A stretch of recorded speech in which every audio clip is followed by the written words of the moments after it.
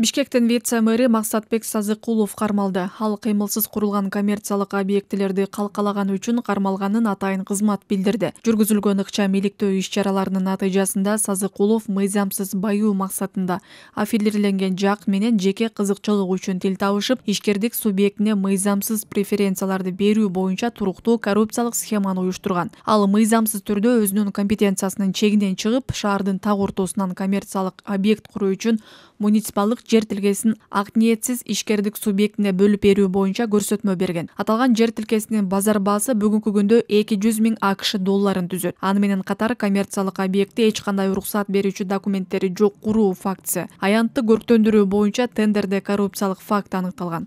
Аянтка жергиликтүү бюджеттен 17 миллион сомдон ашык каражат жумшалса, курулуш экспертизасынын алдын ала анализинин жыйынтыгында иш жүзүндө аткарылган иштер 6-7 миллион сомго ашыкча бааланган. Учурда тергөө иштери уланууда.